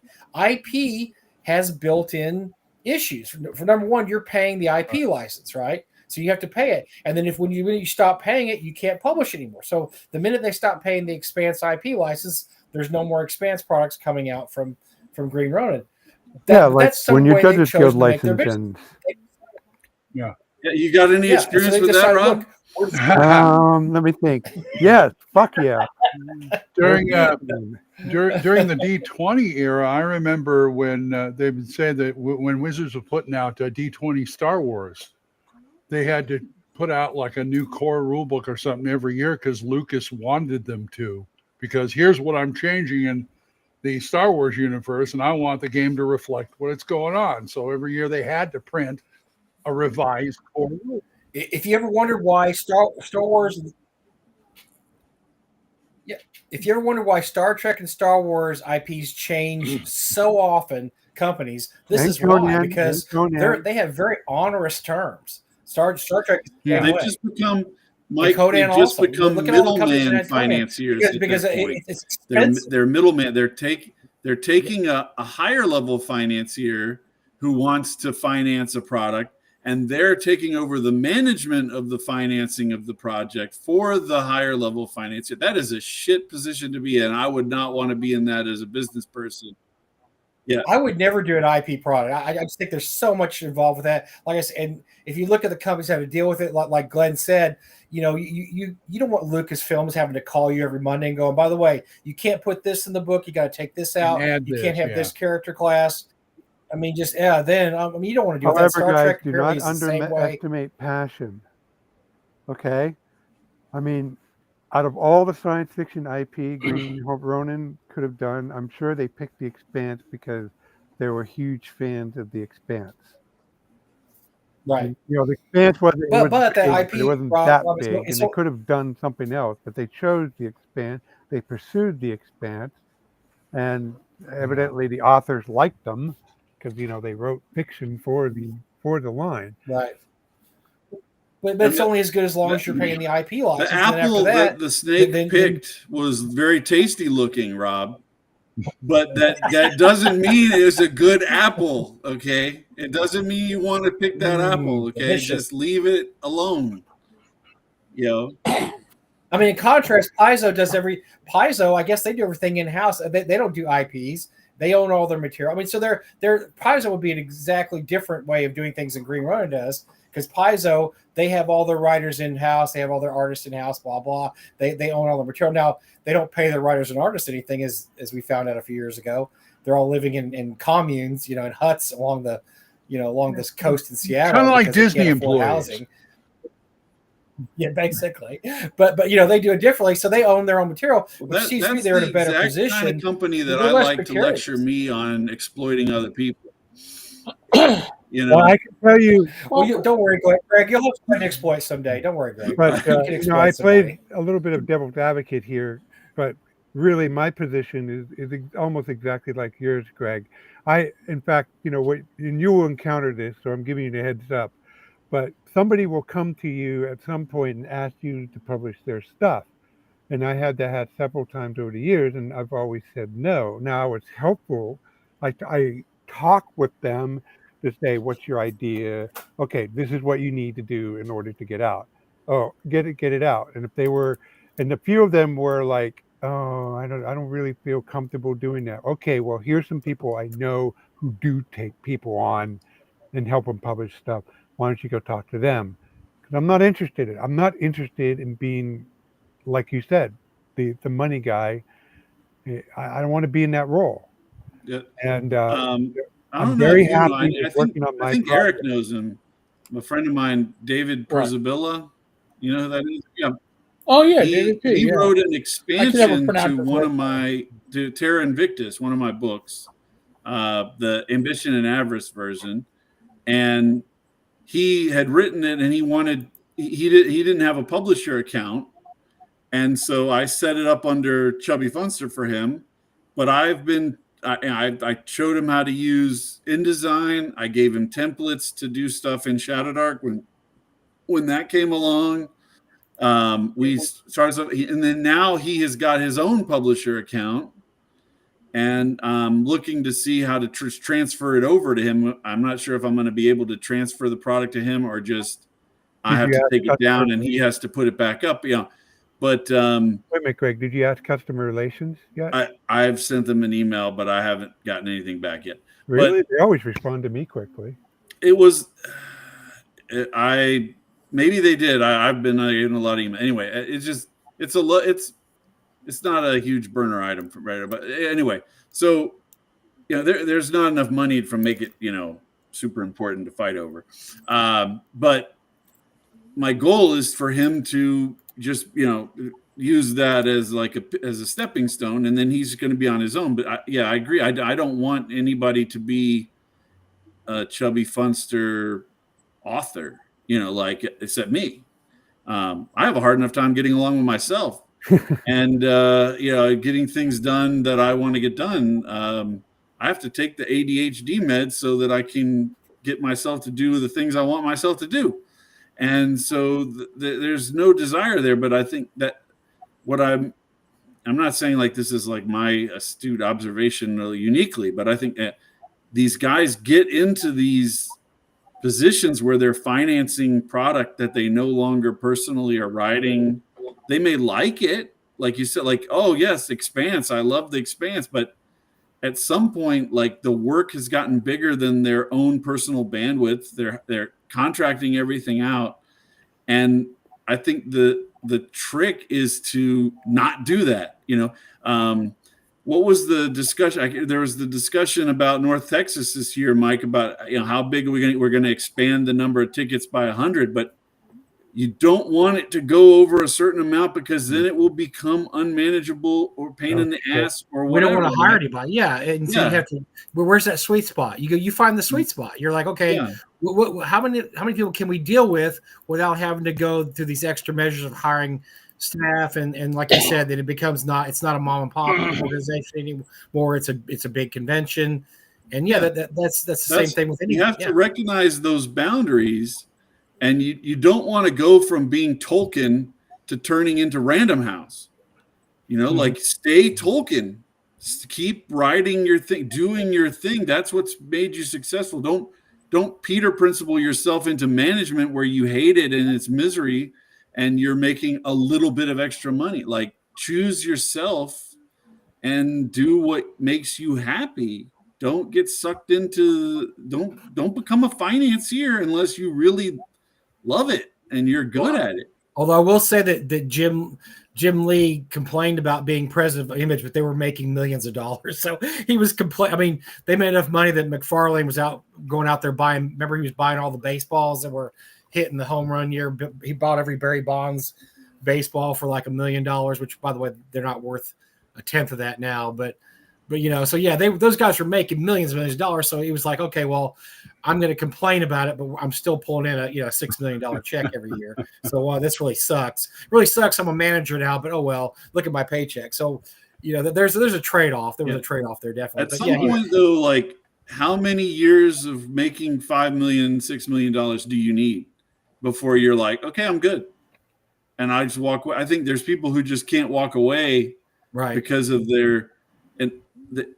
there's a great kind of principle from Jordan Peterson of, if I gave you $20 million, would you start making great decisions for yourself like immediately? Like probably not. You would fall into your vices very quickly.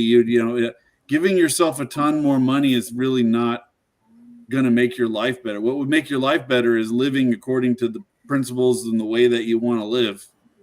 and that's what you should focus on. Well, look at like Todd McFarlane, who was one of the top artists in the world at one point. He doesn't do anything anymore because he didn't have to. He's making as much money off his Spawn toys and Spawn movies and Spawn shows, and he doesn't write the book anymore. So I mean, he's just sitting back collecting paychecks. He's probably doing what he wants to do, which is collect a giant. Go to the mailbox every day and say hello paycheck and get this giant check every month. But is he really doing what he wants to do? I mean, I guess because he doesn't draw anymore. He doesn't do anything anymore. Well, that's why I've always admired Kevin Costner just deciding to just do whatever the fuck he wanted to do. He wanted to make Waterworld. He made Waterworld. He didn't give a shit if it made money or not. He was like, "This is what I want to do." He wanted to make movies, and whether they were successful or not didn't matter because it was the movie that he wanted to make. And that's, I think, where you need to be. Once you get so much money that you can do something like that. There's examples like Dave Chappelle is a great example, of using your money in a way that is unconventional but good. He basically bought out a whole town in I think it's Ohio and made it into just kind of a paradise that he wanted to live in. Well, look. I mean, look, back in the day when movie stars or anybody weren't making enough money, let's say sports athletes, they played until their bodies fell apart. Now you're seeing athletes retire at Andrew Luck, who was the quarterback for the Colts, he retired at a young age. He was beat up. He'd already made millions of dollars. Like, screw this, I don't want to get hit anymore. And he was done. Bridget Fonda. Have you seen Bridget Fonda in a movie 20 years? No, because she retired. She made a shitload of money. She got all the Fonda money. She doesn't have to. That guy who played Bridget Fonda said, "I want to raise." The guy who played the little king in Game of Thrones, that jackass David. Oh yeah, the kid. He quit and he just does whatever he wants. Like he's like, I made the money. I don't want to be an actor anymore. That guy was in. He's in Batman Begins as the little kid on a fire escape that sees Batman. So he'd done more than just that one role, but he was just like, I'm done. Well, and that is the option now, that because of what these people are making, and because people are becoming more aware of the choices. It used to be that the whole baby boomer, or actually before that, baby boomer aesthetic was that you work. You get a job, you get married, you have kids, you work until you die, you retire, you got maybe 3 or 4 good years of fishing, then you fall over of a heart attack. Great. That sucked. And that was our grandfathers and fathers. They did that shit. And now we have so many more choices now. We're like, no. I talked to my little brother the other day. My little brother wants to retire at 58. He can't. He's been calculating the money he needs to retire because he's a world traveler. He loves to travel the world. This is not Robert, by the way. He's seen my brother to Speedo. This is not the Speedo brother. This is a smarter younger brother. And so he's calculated where he'll be able to retire at 58. And so that's great for him. He doesn't have to work till he's 65 and then, I'm too old to travel now. This sucks.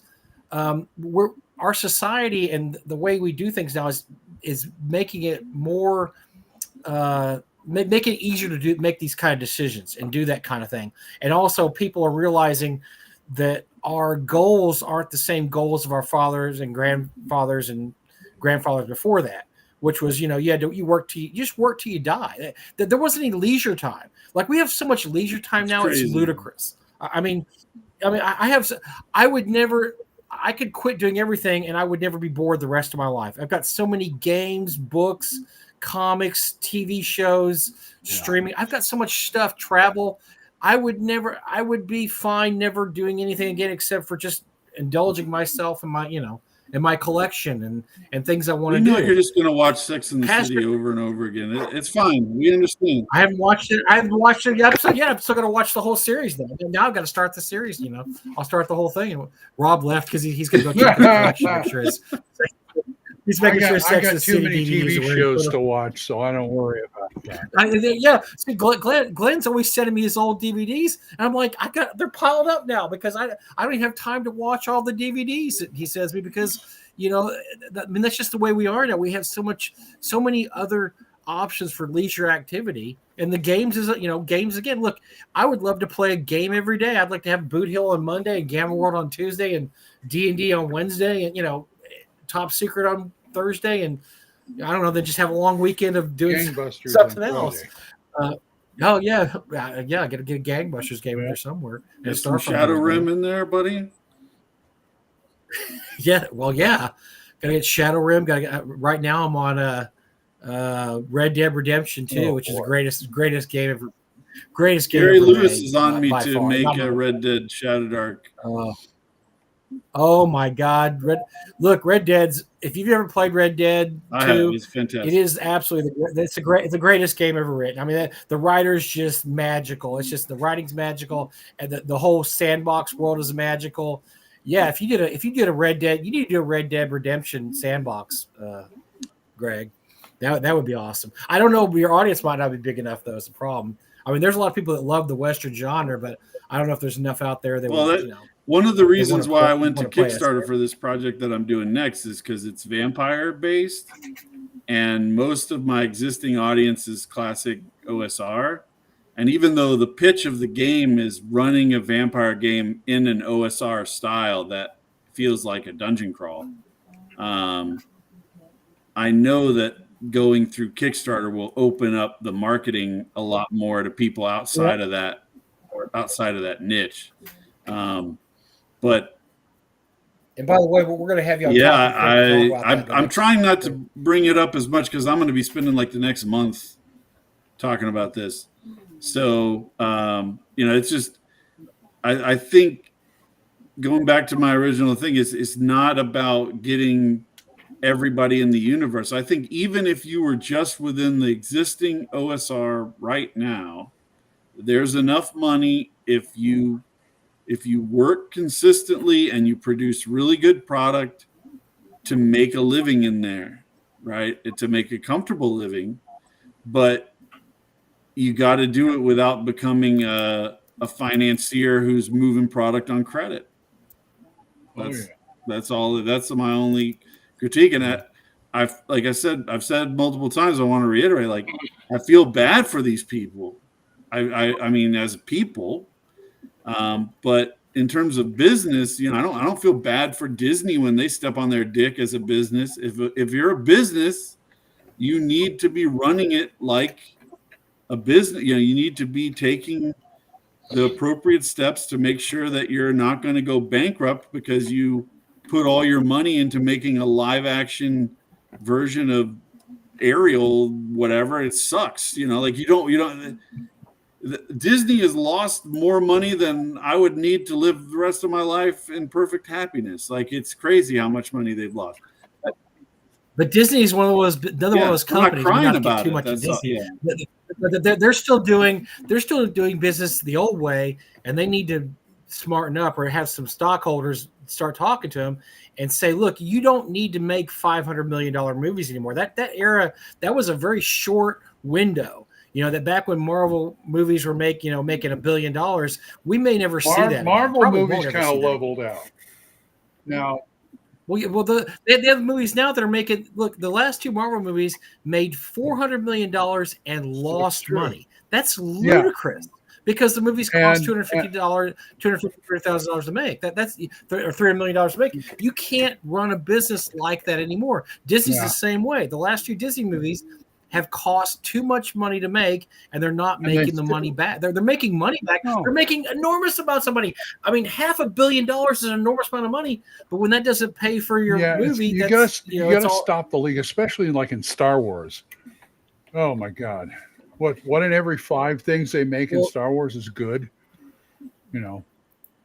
Well, then not only that, I mean, the Acolyte cost so much that the ratings would have had to be. The ratings were terrible, but the ratings would have had to been. They spent too much money on what was basically essentially a TV show. It doesn't make any sense to spend that much money on a TV show. And I think after the Acolyte, they pulled everything back and said, "Whoa, we can't do that again. We can't make." Absolutely was objectively a terrible show. I mean, if you look at the Rotten Tomatoes, ratings, a terrible show. Plus, it wasn't making us any additional money. There's no marketing involved in it. We need to, so the Star Wars universe got to pull when they're back. Looking at numbers now, that are that big, I think there's been like psychological tests where they go to like I think it's a car dealership that they did this. So they have a car dealership that's in on the psychology study, whatever we'll call it. And so the person gets done with their their car. Say they bought their car, and the car dealership says, "Hey, we found this exact model of car over like 5 miles away at another dealership, and if you drive over there, you can get $100 less on the price. We'll just transfer the paperwork over there, and you can get it for $100 less." People don't take it. If you have another experiment where you offer people to take a piece of paper and drive 5 miles and get $100, they will take it. Okay. It's the same task in both cases, but the numbers are so large with a car that people feel like it's not worth their time. I think they make these movies where the numbers are so large that people lose their sense of proportion.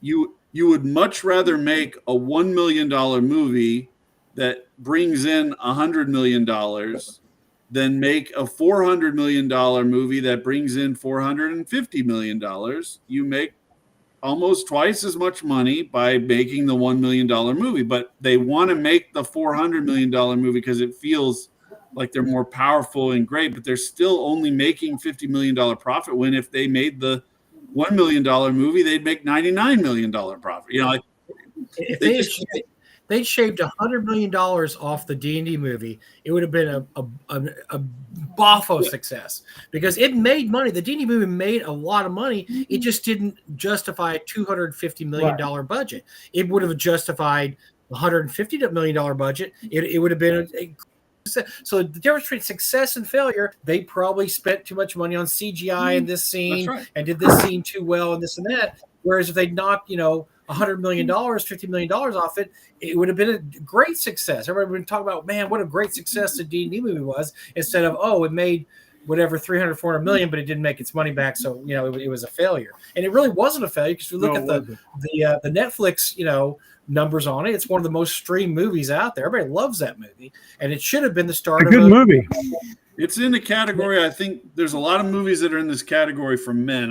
I can't speak for how women's brains work, but there's a category of movie for men of, I'm going to put this on while I'm doing other shit, and it's going to just run in the back. Like I'm working on a computer. I'm working on a machine. I'm exercising, I'm doing whatever it is, and this is just running in the back. I'm eating, and there's a lot of movies that might not be blockbuster crushing movies that guys will put in that category and just run like that. Like for me, movies like Ocean's 11,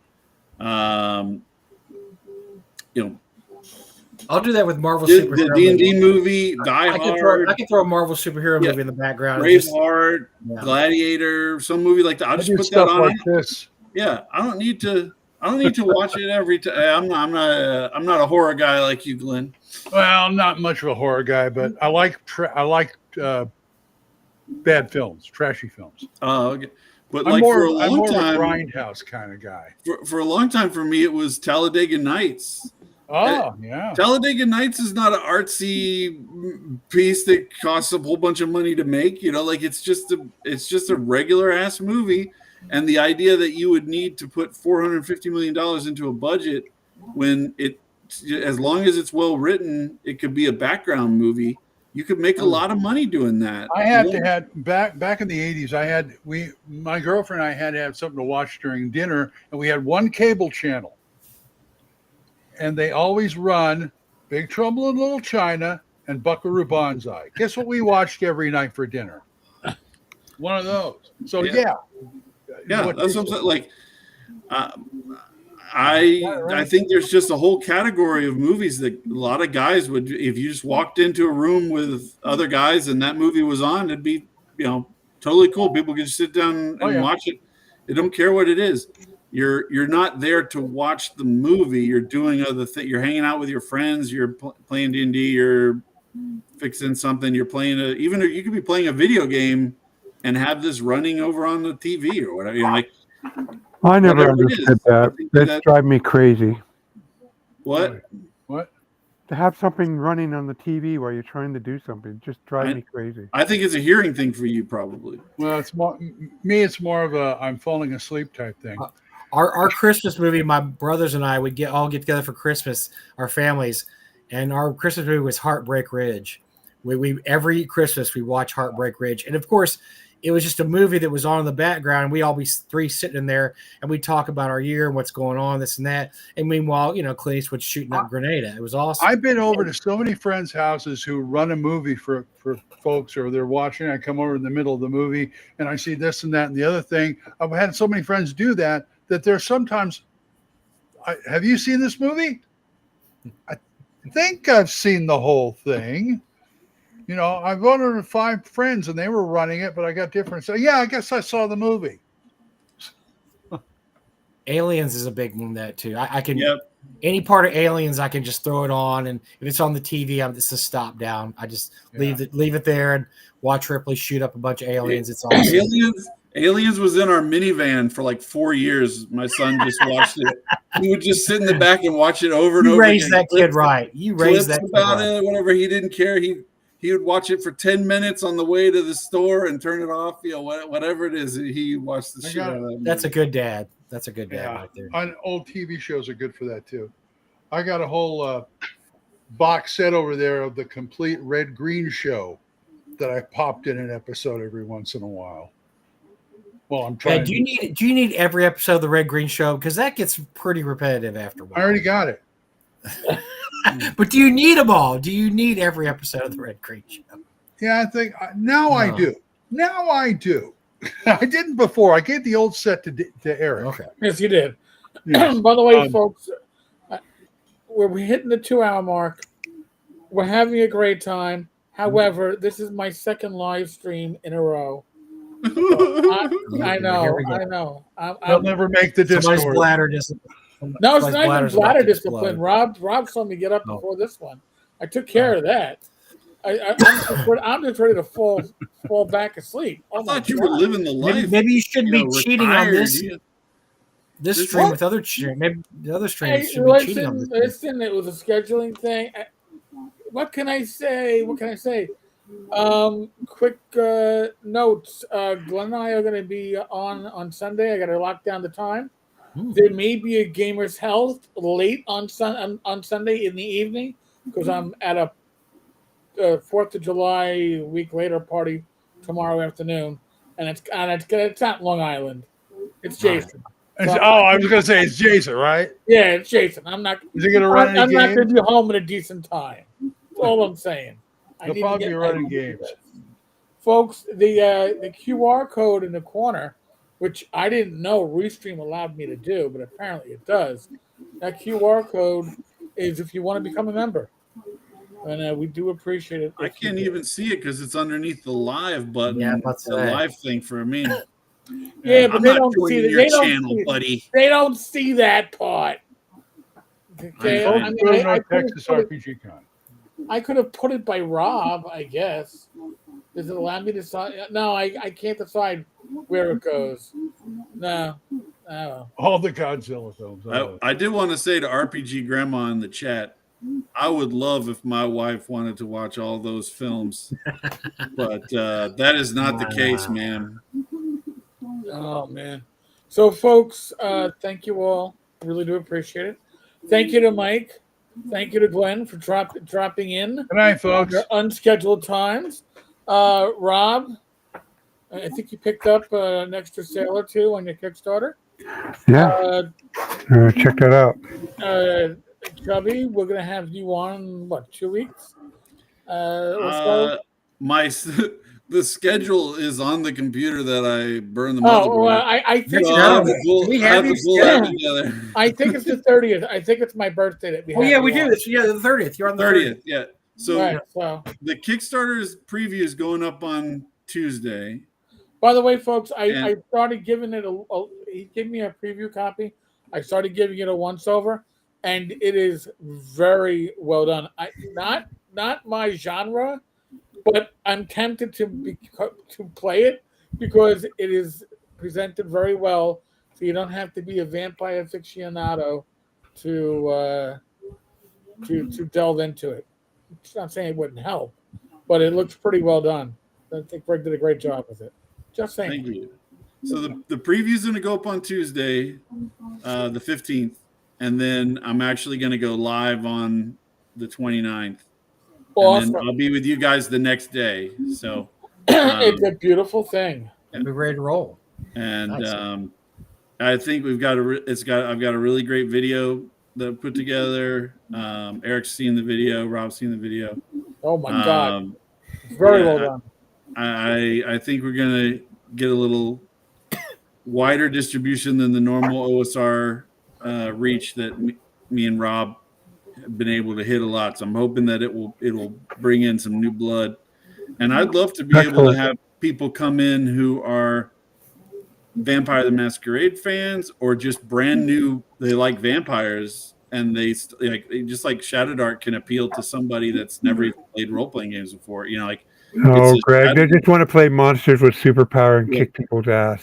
Yeah. So if you come in there and you can say, "Oh, I actually like this style of play," you know, it could be a way of bringing in more people to the OSR generally. Cool. Can you play as a crusty wizard detective from Chicago? Not in this book, but the GM could make characters like that. There's a whole bunch of different mage monsters that are in the bestiary section. So you could have vampire hunters and mages and all that kind of stuff. But you could just take the monster stat block and run that as your character if you wanted. Well, there you go. That's your answer. Folks, thank you so much. Lively chat. Very nice. As always, be safe, be well. God bless. Roll those dice, roll them well. I'll be back with some random video tomorrow. Couldn't tell you what the hell it's going to be. But random live streams are Sunday. All right. God bless. Goodbye. Good night.